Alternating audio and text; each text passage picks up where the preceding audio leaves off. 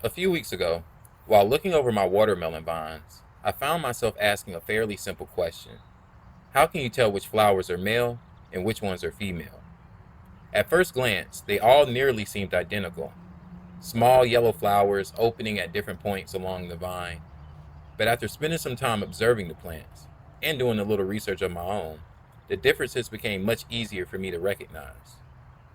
And once you know what you're looking for, you can begin to understand much more about what the plant is doing, why it may be producing flowers without producing fruits, and whether those little watermelons have a chance to continue growing.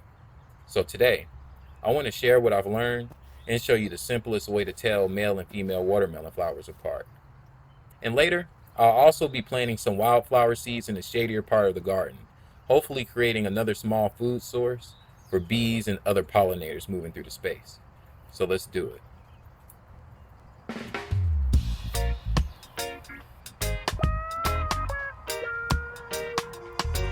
When you first look at a watermelon plant from above, it can be difficult to see any real difference between the flowers. Both the male and female flowers have the same bright yellow color, with 5 petals opening out from the center.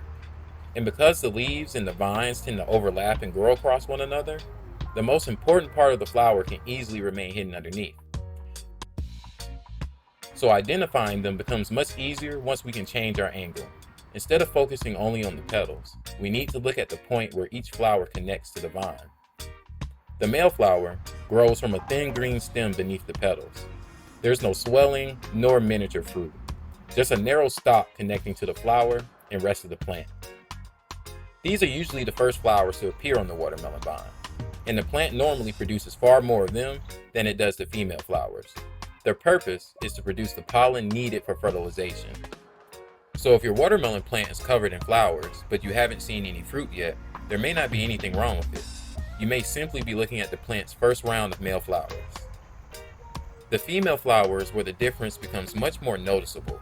Directly beneath the petals, you'll see a small swelling shaped like a miniature watermelon. This is the flower's ovary. If the flower receives enough pollen, this is the part that will continue growing and eventually become the watermelon itself. But the presence of this little fruit doesn't necessarily mean that pollination has already taken place. It is there before the flower ever opens. Its shape tells us that the flower is female, but we have to watch what happens over the following days to find out whether pollination was successful. If the miniature watermelon begins to swell and steadily grow, that's usually a good sign. If it remains small, turns yellow, begins to shrivel, or eventually falls from the vine, the flower probably wasn't fully pollinated. So the simplest way to tell the difference is just to look underneath the petals. A thin, ordinary stem belongs to the males, while the tiny watermelon belongs to the female. And once you recognize that, telling the difference becomes pretty easy. For that small watermelon to continue growing, pollen has to travel from the center of the male flower to the center of the female flower. And in most gardens, that work is carried out by bees and other visiting pollinators. As a bee moves between the flowers, pollen from the male flower collects on its body and is carried to the female flower. It may take several visits, but eventually the female flower will receive enough pollen to develop properly. Timing also matters. Watermelon flowers usually open early in the morning, and each flower remains open for only a short period. I would say usually around a single day. I've seen some even close by the afternoon, so that gives the female flower a fairly limited opportunity to be pollinated. This is why you can sometimes see a miniature watermelon begin to form, just for it to stop growing a few days later. The plant may be healthy, but the flower simply didn't receive enough pollen during that brief window. Over the next several days, I'll be watching this one closely.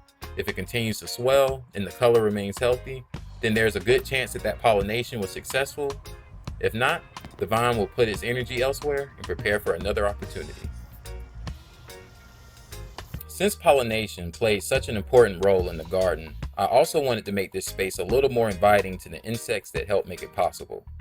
So here, I'm planting a mixture of wildflower seeds in one of the shadier areas of the yard.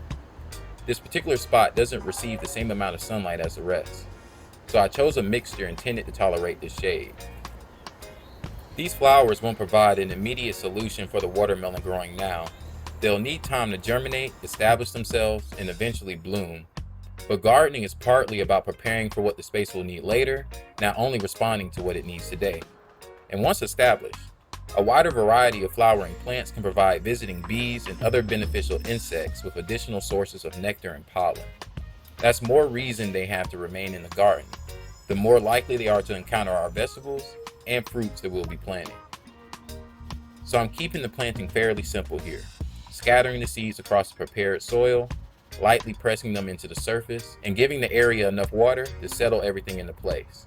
Now it becomes another small experiment, watching to see what germinates, what can tolerate this corner of the garden, and what new life these flowers may eventually bring with them.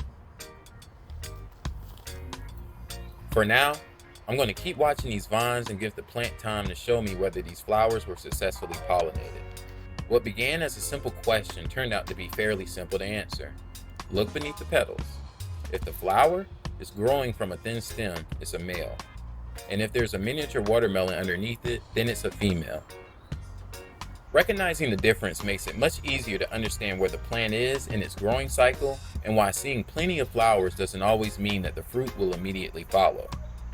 Since filming this, the vines have continued to grow, and a few more female flowers have appeared. In the next garden update, I'll show you how I hand pollinated them and whether any of these early watermelons continued developing. Until then, I'm giving everything some water, allowing the new seeds to settle into the soil, and leaving the rest of the work up to the garden. If you're growing watermelon this season, let me know whether you're seeing any flowers, female or male. And as per usual, it's your boy, Nubis Devante, and I'll be sure to see you in the next one. Peace.